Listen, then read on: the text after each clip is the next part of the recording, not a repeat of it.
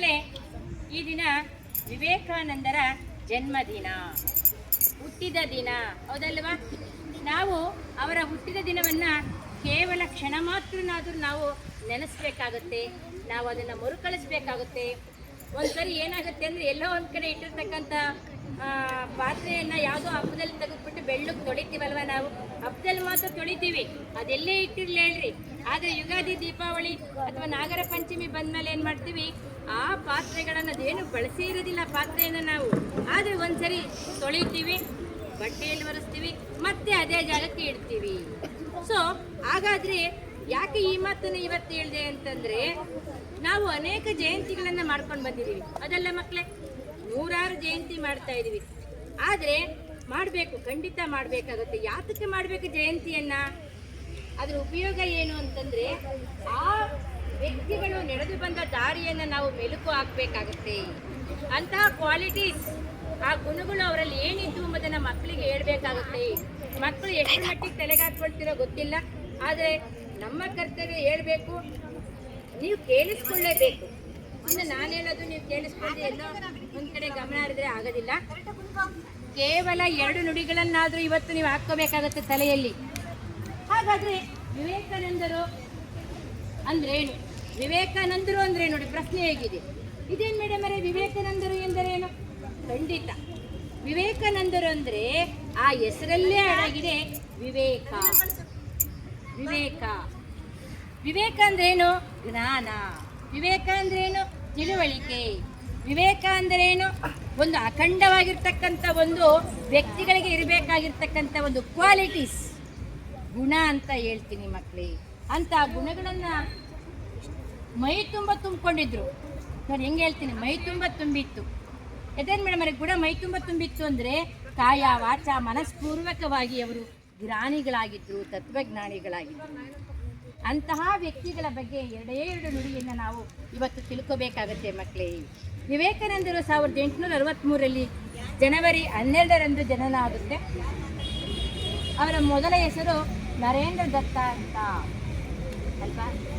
ಅವರು ಹುಟ್ಟಿದ ಮೇಲೆ ಅವರು ಹುಟ್ಟಿರ್ತಕ್ಕಂಥ ಚಾರ್ಮ್, ಅವರಲ್ಲಿರ್ತಕ್ಕಂಥ ಒಂದು ಕಿಡಿ, ಅವರ ಅಂಗಾಂಗಗಳನ್ನು ವರ್ಣನೆ ಮಾಡ್ತಾರೆ. ಅದಕ್ಕೆ ಓದಬೇಕಂತಕ್ಕಂಥ ವಿಚಾರ ನೋಡಿ. ಒಂದು ಕ್ಷಣ ವಿವೇಕಾನಂದನ ನೋಡಿ, ನಾನು ಎಷ್ಟೋ ಸರಿ ಹೇಳ್ತೀನಿ, ಒಬ್ಬ ಹುಡುಗರು ನೋಡಿದಾಗ ವಿವೇಕಾನಂದನ ಗುಣ, ವಿವೇಕಾನಂದನ ಹೊಳಪು ಐತಪ್ಪ ಅವ್ರ ಮುಖದಲ್ಲಿ ಅಂತ ಹೇಳ್ತೀನಿ. ಮಕ್ಕಳೇ ಮಾತಾಡಬಾರ್ದು. ಹಾಗಾದರೆ ಎಲ್ಲ ವ್ಯಕ್ತಿಗಳ ಫೋಟೋವನ್ನು ನೋಡ್ತೀವಿ, ಯಾವ ಲೈಬ್ರರಿಯಲ್ಲಿ ಸಿಗಲ್ಲ ಇದು ವಿಷಯ. ಆದರೆ ಅವರ ಮುಖದಲ್ಲಿ ಒಂದು ಕಾಂತಿ ಇದೆ, ಒಂದು ಹೊಳಪು ಇದೆ. ಅವರ ಕಣ್ಣಲ್ಲಿ ಹೋರಾಟ, ಒಂದು ಧೈರ್ಯದ ಚಿಲುಮೆ ಕಾಣುತ್ತೆ ಕಣ್ಣಲ್ಲಿ. ಮುಖದಲ್ಲಿ ಹೊಳಪು, ಜ್ಞಾನ ಕಾಣ್ತಾ ಇದೆ. ಅಂಗಾಂಗಗಳು ಹೆಂಗಿದ್ವಪ್ಪ ಅಂದರೆ, ಅಂಗಾಂಗಗಳು ಬಲಾಢ್ಯ, ಎತ್ತರವಾಗಿದ್ದರು. ಎತ್ತರವಾದ ಮುಖ, ಎತ್ತರವಾದ ಕೈ, ಎತ್ತರವಾದ ವ್ಯಕ್ತಿ, ಜ್ಞಾನದಲ್ಲೂ ಎತ್ತರವಾಗಿದ್ದರು ಅವರು. ಯಾರು? ಅಂತಪ್ಪ ವಿವೇಕಾನಂದರನ್ನ ನಾವ್ಯಾಕೆ ಸ್ಮರಿಸಬೇಕು? ಕೇವಲ ಚಿಕ್ಕ ಏಜಿಗೆ ಅವರು ಮರಣವನ್ನು ಹೊಂದ್ತಾರೆ, ಆದರೆ ಅವರ ಸಾಧನೆ ಅಪಾರ, ಅಗಣಿತ ಅಂತ ಹೇಳ್ಬೇಕಾಗುತ್ತೆ. ಹಾಗಾದರೆ ಎಂತಹ ಕ್ವಾಲಿಟೀಸ್ ಅವರಲ್ಲಿತ್ತು ಅಂತಂದರೆ, ವಿವೇಕಾನಂದರು ಮೊದಲನೆಯದು ತಳಹದಿ ಅಂತ ಹೇಳ್ತೀನಿ. ಒಬ್ಬ ಮನುಷ್ಯನಿಗೆ ಒಂದು ತಳಹದಿಯ ಜ್ಞಾನ ಬೇಕಾಗುತ್ತೆ. ಆ ತಳಹದಿಯ ಜ್ಞಾನ ಯಾವುದು ಅಂತ ನಾನು ಇವತ್ತು ಹೇಳ್ತಾ ಇದ್ದೀನಿ. ಆ ತಳಹದಿಯ ಜ್ಞಾನವೇ ಅವರು ಹುಟ್ಟಲ್ಲಿ ಆಧ್ಯಾತ್ಮಿಕತೆಯನ್ನು ಹೊಂದಿದ್ರು. ಯಾವುದೊಂದಿದ್ರು? ಆಧ್ಯಾತ್ಮಿಕತೆಯನ್ನು ಹೊಂದಿದ್ರು. ಹಾಗಾದರೆ ನೋಡಿ, ನಾನು ಎಲ್ಲ ಕಡೆ ಇವತ್ತು ತಾಂತ್ರಿಕತೆಯನ್ನು ಕಾಣ್ತೀನಿ, ಸೈನ್ಸನ್ನು ಕಾಣ್ತೀನಿ, ಹೌದಲ್ಲ? ಇವತ್ತು ಯಂತ್ರಯುಗ ಅಂತ ಸಹ ನಾವು ಕಾಣ್ತಾ ಹೋದ್ರೂ ಸಹ ಎಲ್ಲೋ ಒಂದು ಕಡೆ ದೊಡ್ಡ ದೊಡ್ಡ ಜ್ಞಾನಿಗಳು ಆಧ್ಯಾತ್ಮಿಕ ಮಾರ್ಗವನ್ನು ಹೊಂದಿದ್ರವರು. ಯಾವ ವ್ಯಕ್ತಿಗೆ ಆಧ್ಯಾತ್ಮಿಕ ಜ್ಞಾನ ಇರುತ್ತೋ ಅವರು ಮುಂದೆ ಆಗೋದನ್ನು ಯೋಚನೆ ಮಾಡ್ತಾರೆ. ಮುಂದೆ ಏನಾಗುತ್ತೆ, ಈಗ ಏನಾಗ್ತಿದೆ, ಮುಂದೆ ಏನಾಗುತ್ತೆ ಅಂತಕ್ಕಂಥ ದೂರದೃಷ್ಟಿ ವಿವೇಕಾನಂದರಿಗಿತ್ತು. ಯಾವುದರಿಂದ ಕಂಡುಹಿಡ್ಕೊಂಡಿದ್ರು ಅದನ್ನು? ಆಧ್ಯಾತ್ಮಿಕ ಮಾರ್ಗದಲ್ಲಿ ಕಂಡಿದ್ರು. ಆಧ್ಯಾತ್ಮಿಕ ಮಾರ್ಗ ಯಾರು ಹೇಳ್ಕೊಟ್ಟಿದ್ರು ಅವರಿಗೆ? ಹುಟ್ಟಿನಾಗಲೇ ಬಂದಿತ್ತು ಅವರಿಗೆ. ಹುಟ್ಟಿದಾಗಲೇ ಜ್ಞಾನಿಗಳಾಗಿದ್ದರು, ಬುದ್ಧಿವಂತರಾಗಿದ್ದರು, ತಾರ್ಕಿಕ ಚಿಂತನೆ ಇತ್ತು, ವೈಜ್ಞಾನಿಕ ಆಲೋಚನೆ ಇತ್ತು, ತತ್ವಜ್ಞಾನದ ಅರಿವು ಇತ್ತು. ಆಧ್ಯಾತ್ಮಿಕ ನೀತಿ ಅವರಲ್ಲಿ ಇತ್ತು ಮಕ್ಕಳೇ. ಇಷ್ಟು ಕ್ವಾಲಿಟೀಸ್ ಅವರಲ್ಲಿ ಇತ್ತು. ಆ ಎಲ್ಲ ಗುಣಗಳನ್ನು ಹೊತ್ತು ಹುಟ್ಟಿದ್ರು ಅವರು, ಹೌದಲ್ವಾ? ಹಾಗಾದರೆ ಅದನ್ನು ಹೇಗೆ ಹೊರ ಚೆಲ್ಲಿದ್ರು, ಅವರು ಹೇಗೆ ಬೆಳಕಾದರು ಅಂತಕ್ಕಂಥದ್ದನ್ನು ಕೆಲವು ನುಡಿಗಳಲ್ಲಿ ನಾವು ಮಾತಾಡಬೇಕು. ವಿವೇಕಾನಂದರು ಎಲ್ಲವನ್ನು ಪ್ರಶ್ನೆ ಮಾಡಿ ನೋಡ್ತಾ ಇದ್ರು. ಆಗಿನ ಕಾಲದಲ್ಲಿ ಬ್ರಿಟಿಷರು ನಮ್ಮನ್ನು ಹೇಗೆ ಬಳಸ್ಕೊಳ್ತಾ ಇದ್ರು, ಸಮಾಜ ಯಾವುದೋ ಒಂದು ಕಡೆಗೆ ಎಲ್ಲಿ ಅಧೋಗತಿಗೆ ಹೋಗ್ತಾ ಇದೆ, ಬೇರೆ ವಿದೇಶದವರು ನಮ್ಮನ್ನು ನೋಡ್ತಕ್ಕಂಥ ಸ್ಥಿತಿ ಹೇಗಿತ್ತು, ನಾವು ಅವ್ರ ಕಣ್ಣಿಗೆ ಹೇಗೆ ಕಂಡಿದ್ವಿ, ಹೌದಲ್ವಾ ಅಂತಕ್ಕಂಥ ಜ್ಞಾನ. ಅವರು ಚಿಕ್ಕವರಾಗಿದ್ದಾಗ ಒಂದು ಆಟ, ಒಂದು ಮರ ಹತ್ತಿ ಎಲ್ಲ ಹುಡುಗರು ಸೇರ್ಕೊಂಡು ಒಂದು ಮರ ಹತ್ತಿ ಕೂತ್ಕೊಂಡಿದ್ರಂತೆ, ವಿವೇಕಾನಂದರ ಸ್ನೇಹಿತರು ಮತ್ತು ವಿವೇಕಾನಂದರು. ಆಗ ಯಾರೋ ಒಬ್ಬ ದಾರಿ ಹೋಕ ಅಂತಂದರೆ ದಾರಿಯಲ್ಲಿ ನಡ್ಕೊಂಡು ಹೋಗ್ತಕ್ಕಂಥ ವ್ಯಕ್ತಿ ಇವು ಮಕ್ಕಳನ್ನ ಏನಾದರೂ ಮಾಡಿ ಕೆಳಗಿಳಿಸ್ಬೇಕಷ್ಟೇ. ಅದು ಬೇಡಕೊಂಡು ಅದರಲ್ಲಿ ರಾಕ್ಷಸರು ಇರ್ತಾರೆ, ದೆವ್ವ ಇರ್ತಾರೆ ಅಂತ ಹೇಳ್ಬಿಟ್ರು. ಕಾರಣ ಏನು, ಅವ್ರನ್ನ ಕೆಳಗಿಳಿಸ್ಬೇಕಾಗಿತ್ತು ಅಷ್ಟೇ, ಅದಲ್ಲ.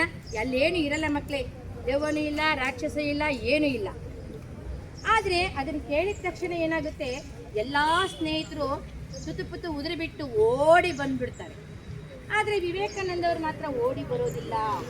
ಕಾರಣ ಏನು, ವಿವೇಕಾನಂದರು ಚಿಕ್ಕ ಹುಡುಗ ಇದ್ದಾಗಲೇ ಅವರಲ್ಲಿ ಒಂದು ಆತ್ಮಸ್ಥೈರ್ಯ ಇತ್ತು, ದೃಢ ನಿರ್ಧಾರ ಇತ್ತು, ಅದಿಲ್ಲ, ಮತ್ತೆ ಗಟ್ಟಿ ಧೈರ್ಯ ಇತ್ತಂತೆ ವಿವೇಕಾನಂದರಿಗೆ. ಈ ಗುಣಗಳನ್ನು ನೀವು ಯಾಕೆ ಮಕ್ಕಳು ತಿಳ್ಕೋಬೇಕಾಗತ್ತೆ. ಯಾಕೆ ಅಂದರೆ ಜೀವನದಲ್ಲಿ ಅನೇಕ ಸಮಸ್ಯೆಗಳು ಬರ್ತವೆ, ಆ ಸಮಸ್ಯೆಗಳಿಂದ ಹೊರಬರಲಿಕ್ಕೆ ನಿಮಗೆ ಧೈರ್ಯ ಬೇಕಾಗುತ್ತೆ. ವಿವೇಕಾನಂದರಲ್ಲಿ ಧೈರ್ಯ ಇತ್ತು. ಹೇಳ್ತಾ ಇದೆಯಲ್ಲ, ಅವ್ರು ಇಳಿದು ಬರಲೇ ಇಲ್ಲ. ಅವ್ರು ಹೇಳ್ತಾರೆ, ಇಲ್ಲಿ ರಾಕ್ಷಸರು ಇಲ್ಲ, ದೆವ್ವನೂ ಇಲ್ಲ, ಏನೂ ಇಲ್ಲ. ನೋಡಿ ಮಕ್ಕಳು, ಆಗಿನ ಕಾಲದಲ್ಲಿ ಅವರಿಗೆ ಒಂದು ಧೈರ್ಯ. ಮತ್ತು ವಿವೇಕಾನಂದರು ಕಾಲೇಜಲ್ಲಿ ಅವರು BA ಪದವಿಯನ್ನು ಪಡ್ಕೊಂಡಿದ್ರು ಅಂತ ಒಂದು ಕಾಲೇಜಲ್ಲಿ ಪಾಠ ಕೇಳ್ತಾ ಕೂತ್ಕೊಂಡಿರ್ತಾರೆ. ಮಕ್ಕಳೇ, ಕಾಲೇಜಲ್ಲಿ ಪಾಠ ಕೇಳ್ತಾ ಕೂತ್ಕೊಂಡಿರ್ತಾರೆ. ಕಾಲೇಜಲ್ಲಿ ಪ್ರೊಫೆಸರು ಪಾಠ ಮಾಡ್ತಿರ್ತಾರೆ, ವಿವೇಕಾನಂದರು ಶಿಷ್ಯರಾಗಿ ಇರ್ತಾರೆ. ಅಂತಹ ಸಂದರ್ಭದಲ್ಲಿ ವಿವೇಕಾನಂದರಿಗೊಂದು ಪದ ಹೊಳೆಯುತ್ತೆ, ಪಾರಮಸ್ಯ ಅಂತಕ್ಕಂಥ ಒಂದು ಪದ. ನೋಡಿ, ಆ ಪಾರಮಸ್ಯ ಅಂತಕ್ಕಂಥ ಪದ ಪತ್ತೆ ಹಚ್ಚಿದಾರಂದ್ರೆ ನಾನು ಅಲ್ಲೇ ಹೇಳ್ತೀನಿ, ಅವ್ರ ಆಧ್ಯಾತ್ಮಿಕತೆಯಲ್ಲಿ ಬರುತ್ತೆ ಆ ಪದ. ಪಾರಮಸ್ಯ ಎಲ್ಲಿ ಬರುತ್ತೆ, ಆಧ್ಯಾತ್ಮಿಕತೆಯಲ್ಲಿ ಆ ಪದ ಅದು ಪದ ಅವರಿಗೆ ಆ ಪ್ರೊಫೆಸರಿಗೆ ಕೇಳಿದಾಗ ಆ ಪ್ರೊಫೆಸರ್ಗೆ ಆ ಪದದ ಅರ್ಥವನ್ನು ಹೇಳಿಕ್ಕೆ ಬರಲಿಲ್ಲ, ಅವರಿಗೆ ಗೊತ್ತಾಗಲಿಲ್ಲ. ಅವರಿಗೆ ಏನು ಮಾಡೋದು? ಆಗ ಹೇಳಿದ್ರಂತೆ, ನೋಡಪ್ಪ, ಈ ಪದದ ಅರ್ಥ ನೀನು ತಿಳ್ಕೋಬೇಕು ಅಂತಂದರೆ ಅಲ್ಲೊಬ್ಬ ವ್ಯಕ್ತಿ ಇದ್ದಾರೆ, ರಾಮಕೃಷ್ಣ ಪರಮಹಂಸರು, ಅವ್ರ ಹತ್ರ ಹೋದರೆ ಇದಕ್ಕೆ ಅರ್ಥ ತಿಳಿಯುತ್ತೆ. ಅವರು ಬಂದರು ಹುಡುಕೊಂಡು, ಎಲ್ಲಿದ್ದಾರೆ ರಾಮಕೃಷ್ಣ ಪರಮಹಂಸರು ಎಲ್ಲಿದ್ದಾರೆ ಅಂತ ಹುಡುಕೊಂಡು ಬಂದಾಗ ಅವ್ರು ಬಂದು ಕೇಳ್ತಾರೆ, ಪಾರಮಸ್ಯ ಅಂತಕ್ಕಂಥ ಪದದ ಅರ್ಥ ಏನು? ಒಂದು, ನಿಮ್ಮನ್ನು ತುಂಬ ಜ್ಞಾನಿಗಳಂತ ಹೇಳಿ ಕಳಿಸಿದ್ದಾರೆ, ನಾನು ನಿಮ್ಗೊಂದು ಪ್ರಶ್ನೆ ಮಾಡ್ತೀನಿ ಅಂದ್ರಂತೆ ವಿವೇಕಾನಂದರು. ಮೊದಲ ಬಾರಿ ನೋಡಿದಾಗ ಏನು ಪ್ರಶ್ನೆ ಮಾಡ್ತೀರಾ ಅಂತ ಕೇಳಿದಾಗ, ನೀವು ದೇವರನ್ನು ಕಂಡಿದ್ದೀರಾ ಅಂತ ಪ್ರಶ್ನೆ ಹಾಕಿದ್ರಂತೆ ವಿವೇಕಾನಂದರು. ಏನು ಕೇಳಿದರು? ನೀವು ದೇವರನ್ನು ನೋಡಿದ್ದೀರಾ? ಆಧ್ಯಾತ್ಮಿಕ ಮಾರ್ಗದಲ್ಲಿ ಯಾರು ಇರ್ತಾರೋ ಅವರಿಗೆ ಮಾತ್ರ ಈ ಪ್ರಶ್ನೆಗಳು ಉಳಿತವೆ. ನೀವು ದೇವರನ್ನು ನೋಡಿದ್ದೀರಾ ಅಂತ ಕೇಳ್ತಾರೆ ರಾಮಕೃಷ್ಣ ಪರಮಹಂಸರಿಗೆ. ಅವರು ದೇವರನ್ನು ನೋಡಿದ್ದೀನಿ ಅಂತ ಹೇಳ್ತಾರೆ ರಾಮಕೃಷ್ಣ ಪರಮಹಂಸರು. ಆಗ ಸರಿ, ವಿದ್ಯಾರ್ಥಿ ಮತ್ತೆ ನನಗೆ ತೋರಿಸ್ಬೇಕಲ್ಲ ನೀವು ಅಂತ ಕೇಳ್ತಾರಂತೆ ವಿವೇಕಾನಂದರು. ಆಗ ರಾಮಕೃಷ್ಣ ಪರಮಹಂಸರು ತನ್ನ ಎರಡೂ ಪಾದಗಳನ್ನು ಅವರ ಮೇಲಿಟ್ಟು ನಿಂತ್ಕೊಂಡಾಗ ಅವರು ಕಿರಿಚ್ಕೊಳ್ತಾರೆ. ಅಯ್ಯೋ ಅಪ್ಪ, ನಾನು ಅಪ್ಪನಿಗೆ ಹೇಳ್ತೀನಿ, ಅಮ್ಮನಿಗೆ ಹೇಳ್ತೀನಿ, ನಾನು ಬಿಟ್ಬಿಡಿ, ನಾನು ಹೋಗ್ತೀನಿ ಹುಡುಗ ಅಂತಾನೆ. ಆಗ ಇಳಿದ ಮೇಲೆ ಹೇಳ್ತಾರಂತೆ, ಅವ್ರಿಗೇನೋ ಒಂದು ಮಿಂಚಿನ ಸಂಚಾರ. ವಿವೇಕಾನಂದರ ಜೀವನ ಚರಿತ್ರೆಯನ್ನು ಓದಿದಾಗ ನನಗೆ ಒಂದೇ ಒಂದು ಲೈನು ನನಗೆ ಇಲ್ಲಿ ಇಟ್ಕೊಂಡಿದ್ದೇನೆ ಅವತ್ತಿನಿಂದ, ನನಗೂ ಸರಿಯಾಗಿ ಗೊತ್ತಾಗ್ತಾ ಇಲ್ಲ ಮಕ್ಕಳೇ, ನಿಮ್ಗೆ ಹೇಳ್ತೀನಿ ಕೇಳಿ ಗೊತ್ತಾದಷ್ಟು.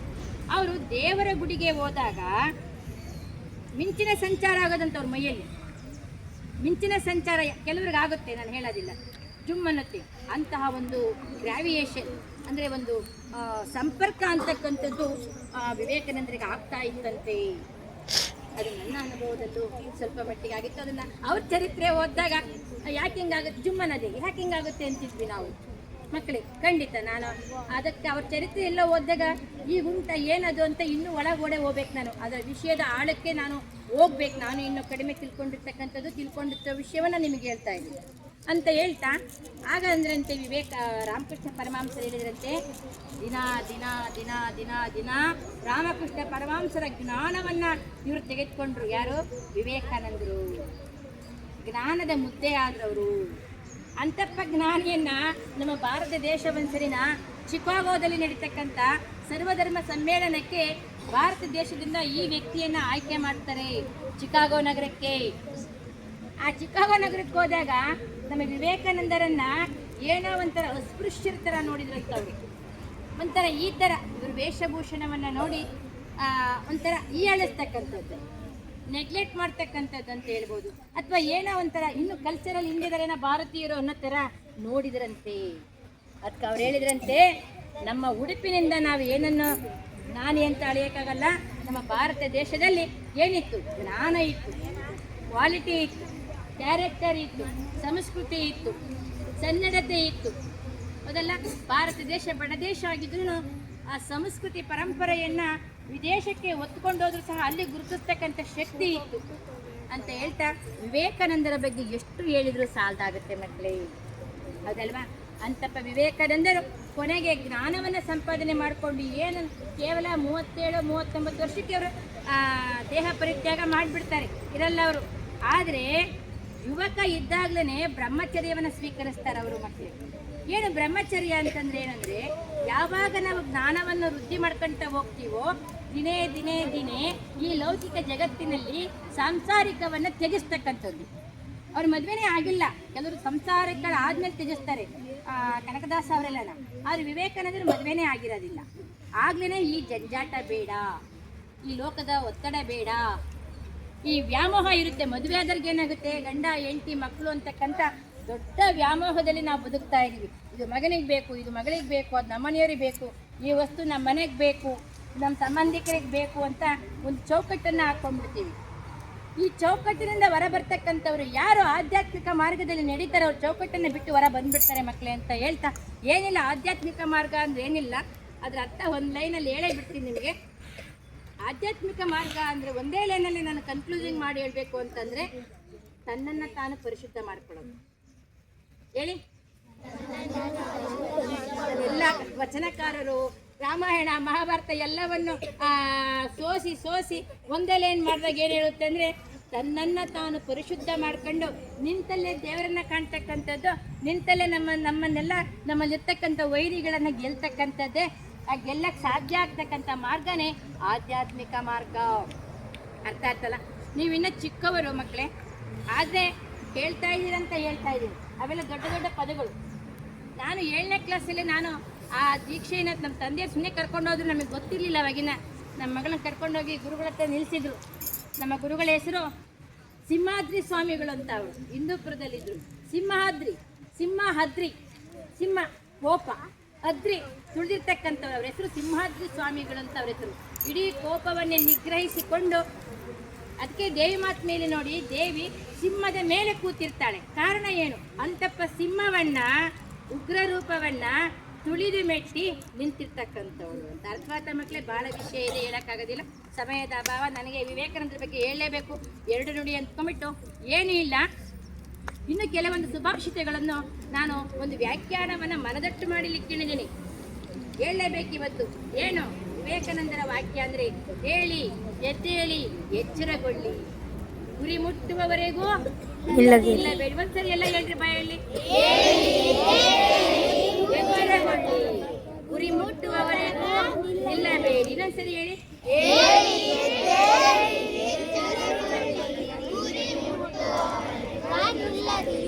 ಇನ್ನೊಂದು ವಾಕ್ಯ, ಇನ್ನೊಂದಿತ್ತು, ಇನ್ನೊಂದು ಸುಭಾಷಿತ ಅಲ್ಲ, ಕಾರ್ಯಕ್ರಮ ಮಕ್ಕಳೇ, ಇದು ಅರ್ಥ ಮಾತ್ರ ಹೇಳ್ತೀನಿ. ಇನ್ನೊಂದು ಒಳ್ಳೆ ಸುಭಾಷಿತ ಇತ್ತು, ಮೊನ್ನೆ ಹೇಳಿದ್ರು, ಇದನ್ನು ಹೇಳ್ತೀನಿ. ಹೇಳಿ ಎದ್ದೇಳಿ ಎಚ್ಚರಗೊಳ್ಳಿ ಅಂದರೆ ಏನಂದರೆ, ನಿದ್ದೆಯಿಂದ ಎದ್ದೇಳೋದಲ್ಲ, ಅಜ್ಞಾನದಿಂದ ಜ್ಞಾನದ ಕಡೆಗೆ ಎದ್ದೇಳ್ತಕ್ಕಂಥದ್ದು. ನೋಡಿ ಮಕ್ಕಳೇ, ಒಬ್ಬ ಕರೆಕ್ಟ್ ಆಗಿರ್ತಕ್ಕಂಥ ವ್ಯಕ್ತಿ ಅವನು ಸುಮ್ಮನೆ ಮಲಗಲ್ಲ. ಅವನೇನು ನಿದ್ದೆ ಕಡಿಮೆ ಆಗುತ್ತೆ, ಅವಾಗ ಅವರಿಗೆ ನಿದ್ದೆ ಕಡಿಮೆ ಆಗುತ್ತೆ. 24/7 ಅವನು ಕಾರ್ಯಶೀಲನಾಗಿರ್ತಾನೆ, ಏನಾದರೂ ತೊಡಗಿಸ್ಕೊಂಡಿರ್ತಾನೆ. ದೇಹ ಮಾತ್ರ ಇಲ್ಲಿರುತ್ತೆ, ಕೆಲಸ ತಲೆ ಮಾಡ್ತಾ ಇರುತ್ತೆ ಮಕ್ಕಳೇ. ವಿವೇಕಾನಂದರು ಏನು ಹೇಳಿದರು, ನಾವು ಎಲ್ಲಿವರೆಗೂ ಮೌಢ್ಯರಾಗಿರ್ತೇವೋ ಆಗ ಬ್ರಿಟಿಷರ್ನಾಗ ಇಲ್ಲಿ ಬಂದಿದ್ರು. ನಮ್ಮನ್ನ ಪಶುಗಳ ಥರ ಬಳಸ್ಕೊಂಡಿದ್ರು. ಅದಕ್ಕೆ ಹೇಳಿ, ಎದ್ದೇಳಿ, ಗುರಿ ಮುಟ್ಟುವವರೆಗೆ ನಿಲ್ಲಬೇಡಿ. ನೀವೇನಾದರೂ ಸಾಧನೆ ಮಾಡಿ, ಜ್ಞಾನದ ಹಿಂದೆ ಓಡೋಗಿ, ಜ್ಞಾನವನ್ನು ತಿಳ್ಕೊಳ್ರಿ, ಶಿಕ್ಷಣವನ್ನು ತಿಳ್ಕೊಳ್ರಿ. ಅದಲ್ಲ ಗುರಿ. ನಾವು ಮನುಷ್ಯ ಹುಟ್ಟಿದರೂ ಪ್ರತಿಯೊಂದು ಗುರಿ ಇರಲೇಬೇಕು. ಗುರಿ ಇಲ್ಲದ ಜೀವನ ನಾವಿಕನಿಲ್ಲದ ದೋಣಿಯಂತೆ. ಗುರಿ ಇಲ್ಲದ ಜೀವನ, ನಾವಿಕ ಅಂದ್ರೆ ಯಾರು? ಹಡಗು ಓಡಿಸ್ತಕ್ಕಂಥನು ನಾವಿಕ. ಅವನು ಗುರಿ ಇಲ್ಲ ಅಂದರೆ ಹಡಗು ಎಲ್ಲೆಲ್ಲ ಹೋಗುತ್ತೆ, ಎಲ್ಲೋ ಹೋಗಿ ಗಾಳಿಗೆ ಬಿದ್ದೋಗ್ಬಿಡುತ್ತೆ. ಅದೇ ಗುರಿ ಇಟ್ಕೊಂಡ್ರೆ ಹಂಗೆ. ಹೇಳಿ ಮಕ್ಕಳೇ, ಇಂದಿನ ಮಕ್ಕಳೇ ಎದ್ದೇಳಿ, ಎಚ್ಚರಗೊಳ್ಳಿ. ಯಾವುದರಿಂದ ಎಚ್ಚರಗೊಳ್ಬೇಕು? ನಾವು ಎಲ್ಲೋ ಒಂದು ಕಡೆನೇ ಜಡವಾಗಿ ಕೂತ್ಕೊಂಡ್ಬಿಡ್ತೀವಿ. ಒಂದು ವಸ್ತು ಜಡವಾಗಿದ್ದು ಮತ್ತೆ ಬಳಸಕ್ಕೆ ಬರೋದು ಸುತ್ತಿಡ್ದೋಗ್ಬಿಡುತ್ತೆ. ಹಂಗೆ ನಾವು ಜಡ ಆಗಬಾರ್ದು. ಜಡ ಅಂದರೆ ಏನು? ಆಕ್ಟಿವೇಶನ್ ಇಲ್ದಂಗೆ ಇರ್ತಕ್ಕಂಥದ್ದು ಜಡ. ನೀವು ಎದ್ದೇಳಿ, ಕ್ರಿಯಾಶೀಲರಾಗ್ರಿ. ಏನಾದರೂ ಸಾಧನೆ ಮಾಡಿ, ಏನಾದರೂ ಕಂಡಿಡೀರಿ, ಏನಾದರೂ ಹೊಸತನವನ್ನು ಕೊಡಿ, ನಿಮ್ಮ ಹುಟ್ಟಿಗೆ ಒಂದು ಅರ್ಥ ಕೊಡಿ, ನೀವು ಬದುಕಿರೋದಕ್ಕೆ ಒಂದು ಏನಾದರೂ ಬಿಟ್ಟೋಗಿ ಅಂತಕ್ಕಂಥದ್ದೇ ಹೇಳಿ, ಎದ್ದೇಳಿ, ಎಚ್ಚರಗೊಳ್ಳಿ, ಗುರಿ ಮುಟ್ಟುವರೆಗೂ ನಿಲ್ಲಬೇಡಿ ಅಂತಕ್ಕಂಥ ವ್ಯಾಖ್ಯಾನವನ್ನು ನಮಗೆ ಕೊಟ್ಟಿದ್ದಾರೆ. ಅದು ಪ್ರತಿಯೊಬ್ಬ ವ್ಯಕ್ತಿನೂ ಅದನ್ನು ನಮ್ಮ ತಲೆಯಲ್ಲಿ ಇಟ್ಕೋಬೇಕಾಗತ್ತೆ ಅಂತ ಹೇಳ್ತಾ, ವಿವೇಕಾನಂದರ ಜನ್ಮದಿನವನ್ನು ಸರಳ ಸಜ್ಜನಿಕೆಯಿಂದ ನಾವಿವತ್ತು ಅವರ ಆತ್ಮಕ್ಕೆ ಶಾಂತಿ ಸಿಗಲಿ. ಆ ವಿವೇಕಾನಂದ ಅಂತ ವ್ಯಕ್ತಿಗಳು ನಮ್ಮ ಭಾರತ ದೇಶದಲ್ಲಿ ಹುಟ್ಟಿ ಬರಲಿ. ಭಾರತ ದೇಶದಲ್ಲಿ ಅಂಥೊಬ್ಬ ಮಹಾನ್ ವ್ಯಕ್ತಿ ಮತ್ತೆ ಹುಟ್ಟಲಿ ಅಂತ ಹೇಳ್ತಾ ನಾನು ಎರಡು ಮಾತನ್ನು ಮುಗಿಸ್ತಾ ಇದ್ದೀನಿ.